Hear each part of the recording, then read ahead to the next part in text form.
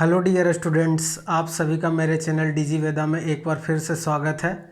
तो दोस्तों, आप लोग जानते होंगे कि मेरे चैनल पे लर्निंग सीरीज चल रहा है। उसमें हम लोगों ने अभी तक लाइट में स्फेरिकल मिरर रे डायग्राम पिछले क्लास में बताया था। तो मैंने पिछले क्लास में बताया था कि अब मैं बताऊंगा प्लेन मिरर। जैसे स्फेरिकल मिरर मैंने पिछले क्लास में विथ हेल्प ऑफ रे डायग्राम बता दिया था।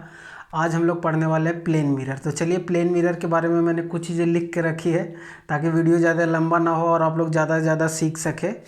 देखिए, सबसे पहले प्लेन मिरर का बात आता है तो व्हाट इज़ प्लेन मिरर। तो प्लेन मिरर का डिफिनीसन आप लोग लिख लीजिए। प्लेन मिरर का आप लोग सबसे पहले डिफिनीसन लिखिए। प्लेन मिरर का डिफिनीसन होता है ये highly polished surface is called plane mirror. या इसको ऐसे भी कह सकते हैं कि एक ऐसा सतह जो हाईली पॉलिश्ड हो। जैसे हम लोग प्लेन मिरर बनाते कैसे दोस्तों, मैंने पहले क्लास में बताया था कि पीछे एक कोटिंग कर देते हैं पारा का, एचजी का या चांदी का। उसके बाद एक कोटिंग चढ़ाने के बाद फिर से एक बार पेंट कर देते हैं ताकि जो भी लाइट आए वो पूरा का पूरा रिफ्लेक्ट हो जाए। लॉ ऑफ रिफ्लेक्शन को फॉलो करता है। आई बराबर एंगल आर। तो देखिए, प्लेन मिरर का ये डिफिनीशन हो गया कि highly polish surface is called plane mirror. अब देखिए, अब प्लेन मिरर से रिलेटेड कुछ बहुत ही इम्पोर्टेंट फैक्ट्स है, उसको मैंने यहाँ पर लिखा है। उसके बाद फिर मैं एक एक फैक्ट्स को विथ हेल्प ऑफ फिगर मैं आप लोग को समझाने वाला हूँ। प्लेन मिरर को फ्रेंड्स समतल दर्पण बोलते हैं। देखिए, तो सबसे पहले यहाँ पे मैं बताऊँगा कि प्लेन मिरर में जो भी साइज ऑफ ऑब्जेक्ट रहता है वही साइज ऑफ इमेज रहता है। अगर एच हाइट का कोई ऑब्जेक्ट होगा तो उसका जो इमेज बनेगा वो भी एच हाइट का बनेगा।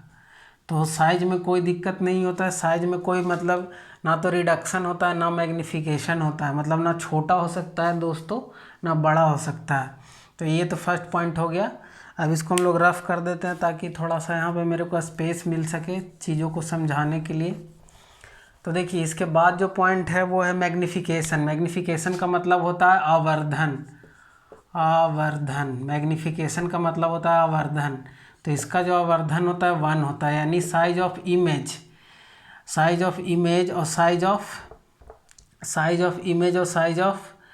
साइज ऑफ ऑब्जेक्ट बराबर होता है तो आवर्धन 1 होता है। ये भी मोस्ट इम्पोर्टेंट, कई बार डायरेक्टली एग्जाम में पूछा जाता है कि समतल दर्पण का जो आवर्धन होता है वो कितना होता है, तो वो 1 होता है। तो इस तरह से ये भी हम लोगों ने देख लिया।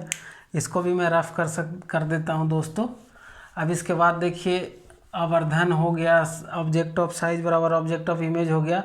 देखिए, अब ये कह रहा है डिस्टेंस ऑफ इमेज बराबर distance of object. By the way, यहाँ पे अगर कोई प्लेन दर्पण है तो यहाँ पे अगर कोई ऑब्जेक्ट रहता है, बाय द वे मैं खड़ा हूँ, तो ये अगर इस डिस्टेंस है तो डिस्टेंस ऑफ इमेज मतलब इमेज यहाँ पे भी जो भी बनेगा, ये पीछे में जो भी ये इमेज बनेगा, ये भी जो इमेज बनेगा ये भी इस डिस्टेंस पे बनेगा। यानी डिस्टेंस ऑफ इमेज बराबर डिस्टेंस ऑफ ऑब्जेक्ट। जितना दूर पे रखा हो उतने दूरी पे ही बनता है इमेज। तो ये हो गया डिस्टेंस ऑफ इमेज बराबर डिस्टेंस ऑफ ऑब्जेक्ट। उसके बाद इसमें क्या होता है कि वर्चुअल मतलब बच्चों होता है, वर्चुअल मतलब दोस्तों क्या होता है, काल्पनिक। वर्चुअल मतलब होता है काल्पनिक, यानी कि समतल दर्पण में जो है वो काल्पनिक और वास्तविक दोनों तरह का वर्चुअल एंड रियल इमेज बनता है। तो ये हो गया अपना का fourth point, virtual as well as real image में फॉर्मेशन होता है।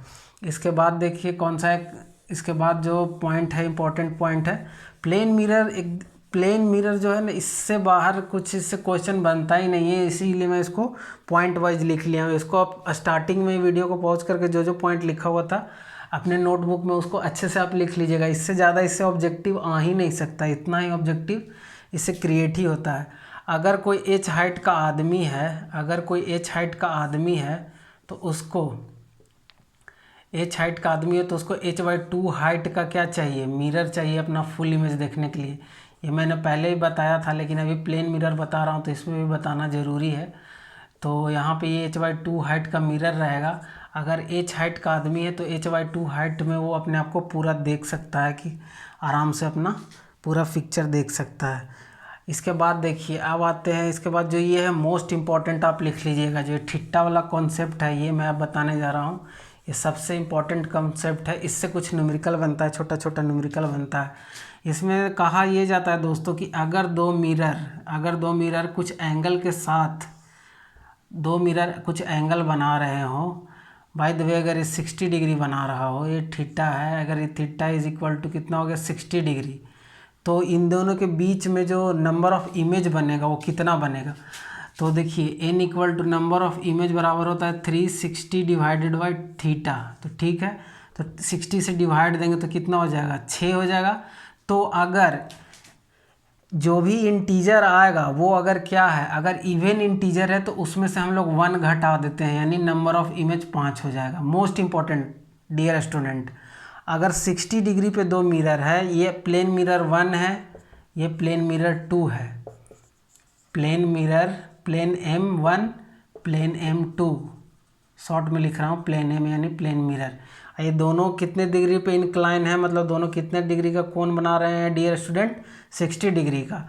तो इन दोनों के बीच में अगर कोई ऑब्जेक्ट रखा जाए, अगर इन दोनों के बीच में ऑब्जेक्ट छोड़िए, मैं बैठ जाता हूँ, ठीक है, इन दोनों के बीच में कुर्सी लगा के मैं ही बैठ जाता हूँ, तो मेरा जो इमेज बनेगा वो कितना बनेगा, नंबर ऑफ इमेज जो बनेगा मल्टीपल रिफ्लेक्शन के थ्रू, वो नंबर ऑफ इमेज जो होगा वो 5 होगा। अगर 360/थीटा अगर इवन रहता, इवन इंटीजर मतलब सम संख्या हो, इंटीजर मतलब पूर्णांक, सम पूर्णांक हो, तो जो इमेज बनेगा उसमें से 1 माइनस कर देते हैं। इसको अपने नोटबुक में लिख लीजिए, इसको मैं बॉक्स में बंद कर रहा हूँ, ये फॉर्मूला है, ये पूरा लिखिएगा। जब इवन इंटीजर हो तो 1 घटा देते हैं।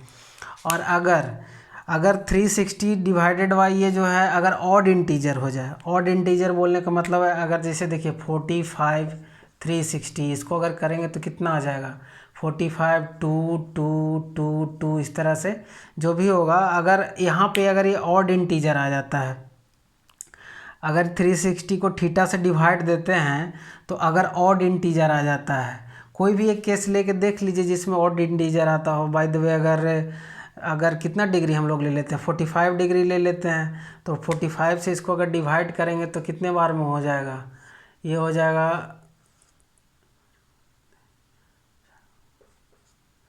ये तो 8 आ जाएगा। यहाँ पे भी ये क्या हो जा रहा है, इवन हो रहा है, तो नहीं, ऑड वाला में कोई एंगल आप लेके देखिएगा। जब 360 डिवाइडेड बाई थीटा अगर ऑड हो तो नंबर ऑफ इमेज में -1 नहीं करते हैं, वो इसी के बराबर होता है। तो ये याद रख लीजिए, 360 को अगर थीटा, जो भी थीटा कुछ भी दिया रहे, 360 अगर ऑड हो जाए, बाय द वे अगर 50 डिग्री दिया रहे, चलिए ठीक है 50 डिग्री लेके देखते हैं। 50 डिग्री दिया रहा है तो 360 डिवाइडेड बाई 50, तो कितने टाइम्स में लगाएंगे, 7 टाइम्स में लगाएंगे। तो 7 टाइम्स में लगाने पे 350 हो गया, तो 1 बचेगा, तो ये पॉइंट में आ जाएगा, यानी कि ये ऑड हो गया। 7 है, एक ऑड नंबर है।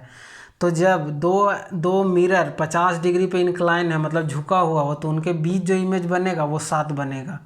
अगर ये पॉइंट में आ रहा है तो इसको राउंड ऑफ कर देते हैं, 7 ले लेते हैं। पूरा डिवाइड हो जाए तो ऑड इवन रहेगा, अगर इवन रहेगा तो उसमें से 1 घटा देते हैं। तो ये दोनों काफ़ी इंपॉर्टेंट था दोस्तों, इसको हमेशा आप याद रखिएगा। जब इवन बने तो 360 थीटा डिवाइडेड बाई -1। चलिए इसके बाद अब देखते हैं, इसके बाद है focal length and radius of curvature. ये भी काफ़ी इंपॉर्टेंट है, डायरेक्ट ऑब्जेक्टिव में इसे क्वेश्चन आता है, और सब्जेक्टिव में भी कई बार इसको लिखने के लिए दिया जाता है कि समतल दर्पण यानी प्लेन मिरर के बारे में कुछ लिखे, तो ये सारे पॉइंट आपको ऐड करने होंगे, तब आपको जाके 5 नंबर का अगर क्वेश्चन होगा तो 5 नंबर मिलेगा। देखो यहाँ पे ये बता रहा है कि focal length and radius of curvature दोनों क्या होता है, मिरर का इन्फिनिटी होता है। कैसे होता है देखिए, प्लेन अगर है तो क्या हो जाएगा, इसका जो क्या रेडियस ऑफ कर्वेचर जो हो जाएगा, जैसे अगर कोई भी चीज़ कर्व रहता है तो उसका क्या होता है, वो कर्व अगर रहता है तो उसका एक रेडियस होता है, CC, जिसको सेंटर ऑफ कर्वेचर बोलते हैं। लेकिन ये एकदम प्लेन है तो ये CC नहीं होगा, रेडियस ऑफ कर्वेचर नहीं होगा, ये इनफाइनाइट हो जाएगा। तो ये भी आप याद रखिएगा, इसका focal length and radius of curvature दोनों क्या होता है, इनफाइनाइट होता है। इसी का हाफ तो फोकस होता है, जब radius of curvature he infinite है तो इनफाइनाइट बाई 2 तो वो भी इनफाइनाइट ही होगा। तो इस तरह से इसको आप याद रखिएगा। इसके बाद देखिए इसका जो पावर होता है, power of plane mirror is 0। मतलब कि पावर कहने का मतलब है कि ये तो ना तो बड़ा करता है इमेज को, ना तो छोटा करता है, तो इसका पावर 0 हो जाता है। मतलब पावर ऑफ प्लेन मिरर, इसको आप स्टार मार्क करके लिखिए, power of plane mirror is 0। इसके बाद हम लोग का जो लास्ट पॉइंट बचा है डियर स्टूडेंट, वो बचा है, देखिए इसको बोलते हैं लेटरल इन्वर्जन। जो लास्ट पॉइंट है उसको बोलते हैं लेटरल इन्वर्जन। इसको आप अभी अगर आपके हाथ में आईना है तो आप इसको रियलाइज कर सकते हैं, अगर सिंपल मिरर है तो। जो भी चीज़, जैसे देखिए अगर ये आईना है, अगर आप इसमें जो इमेज है देख रहे हैं, ये आँख एक को ऐसे मैंने एक को ब्लैक से बनाया, एक को मैंने रेड से बनाया, ठीक। तो इसका अगर आप इमेज देखिएगा तो ये देखिए ये मेरे से किस में है, ये राइट में है, और ये क्या है बच्चों, लेफ़्ट में है आई। एक ब्लैक वाला जो आई है वो लेफ़्ट में है।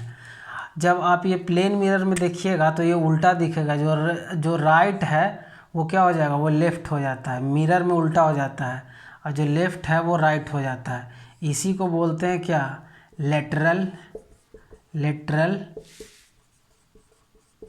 इन्वर्जन। इसको क्या बोलते हैं, लेटरल इन्वर्जन। यानी सिंपल टर्म में बोला जाए कि ऐसे अगर आप अगर हमको देख पा रहे हैं तो मिरर में जो ये लेफ़्ट, जो राइट पोर्शन है वो लेफ़्ट में दिखेगा, जो लेफ़्ट है वो राइट में दिखेगा। बस इतना सिंपल सा बात है। तो ये सारा चीज़ था प्लेन मिरर के बारे में। प्लेन मिरर में इससे ज़्यादा क्वेश्चन कुछ राइज नहीं होता है। वो 360/θ वाला जो एक फॉर्मूला था उसको आप याद रखिएगा। तो डियर स्टूडेंट, आज इस जो लर्निंग सीरीज का जो चैप्टर चल रहा है उसमें आज हम लोग ये जो लाइट वेव पढ़ रहे थे, आज हम लोग इस वीडियो के यहीं तक रखते हैं। आप हमारे चैनल पे बने रहिए। इसके बाद मैं अगले वीडियो में डिस्कस करूंगा कि किस तरह से डिफरेंट पोजीशन पे रखने पे मिरर में उसका जो इमेज बनता है वो डिफरेंट जगह पे बनता है। तो ये सारी चीज़ें मैं अपने अगले वीडियो में डिस्कस करूंगा। तब तक के लिए आप लोग चैनल पे बने रहिए और जो भी अपलोडेड वीडियो है उसको देखते रहिए। वीडियो देखने के लिए आप लोग का बहुत बहुत धन्यवाद। आपका दिन शुभ हो।